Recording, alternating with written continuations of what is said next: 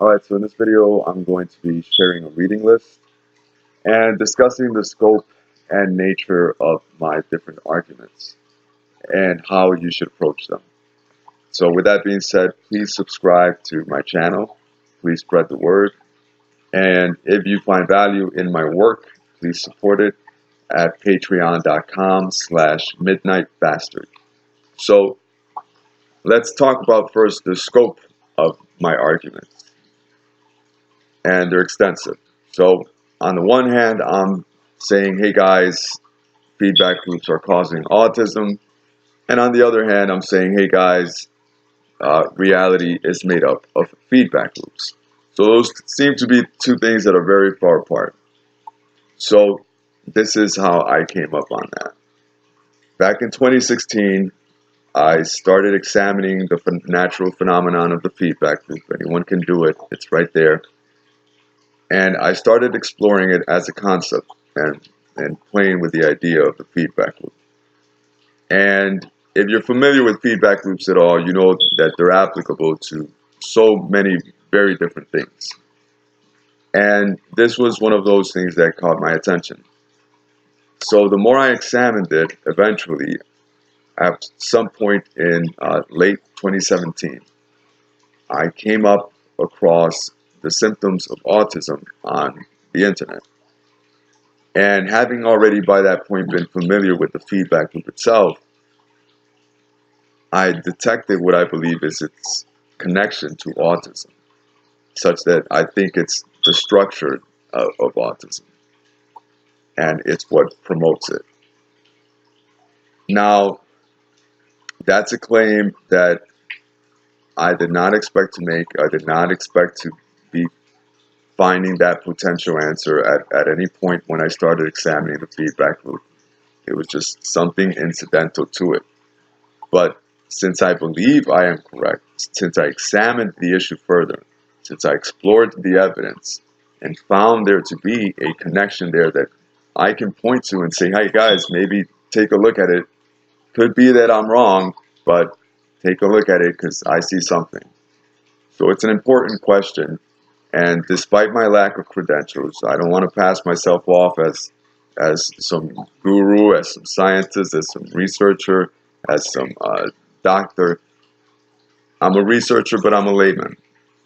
So I have my limitations. In presenting information, you already see the production value of this video is not too impressive.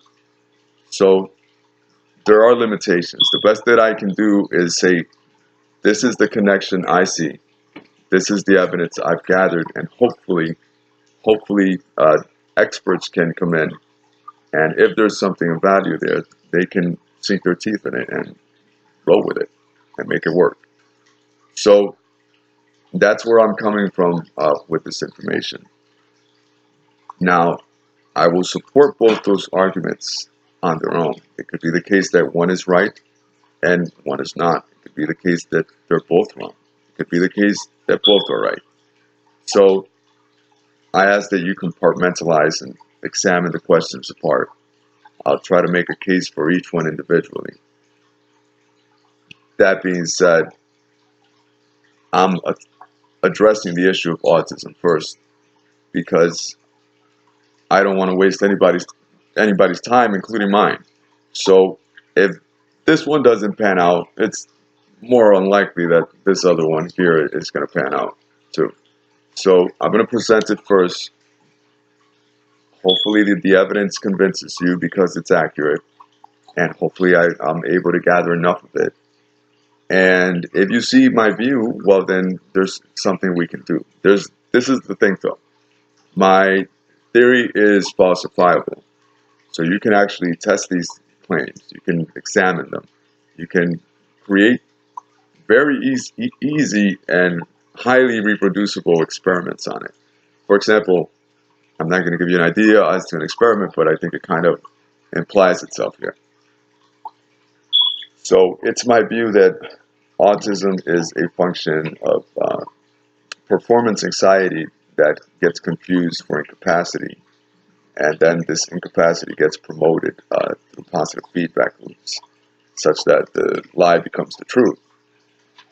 And as a reflexive response, as a conditioned response, the person then is unable to function in front of the people, the situations, whatever the variables are that promote that sense of dysfunction. So, with that being the case, I make a very testable prediction here. And it's that many autistic individuals, when they're not exposed to others, so when they're not subject to the observer effect, when they feel themselves alone and unjudged, I believe that in such cases, they can be found to improve in their condition, in their function, since they'll feel far more at ease. And this would prove the conditioned response aspect of my theory. So what I'm saying is that you're going to see kids that seem unable to speak and never do, that are completely nonverbal. Some of them will gaggle, some of them will mumble, some of them will say something, whereas others will just start speaking to their dolls, like in complete conversations. So that would either be observable or it would not, but that's a prediction I'm making. And this would give, I think, legs to my theory to push forward. So I'm putting that one out there so that you see I'm actually giving concrete things that can be examined. And with that being said, I don't want to take too much time on this video, so let me give you this reading list. So read Gregory Bateson's books. Naven, this is one of them. Read Steps to an Ecology of Mind. Read Nature and Mind. Read Mikio Kaku's new book coming out. I haven't read it yet, but I'm sure it has interesting things to say since it relates to his views on consciousness. Read The Relationship of Positive Feedback Loops and Cognitive Function. Read on Magoroh Maruyama's paper of Deviation-Amplifying Mutual Causal Processes.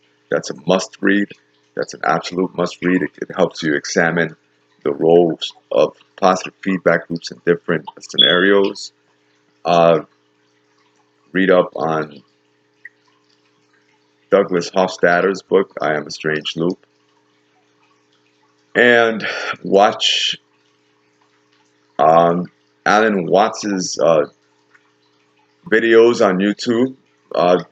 Get yourself Maxwell Maltz's Psycho-Cybernetics series. Read up on the Macy conferences that established the science of cybernetics. Look into the science of cybernetics itself. And look into the works of Carl Jung. And I'll describe in later videos why you should do that and what the connection is. So that's a list of reading materials you can get to, and it'll help you understand where I'm coming from with this information. Again, I'm subject to error. I make mistakes like everyone. So if this information doesn't pan out, that's what you're there for, to say, listen, you described it, we saw it, we made the connections, you said would be there, they were or they were not, and you then share your opinion. I'll ask is that you really take your time to examine the things that I'm saying carefully, because I found the great difficulty with exploring the answer of autism is not in the difficulty in the answer itself, it's in communicating the answer, because the audience is not receptive to the answer. So, and those reasons will become self-evident as we explore this further. So with that being said, please subscribe to my channel if you want to. Please spread the word to others. And please support my work at patreon.com/midnightbastard.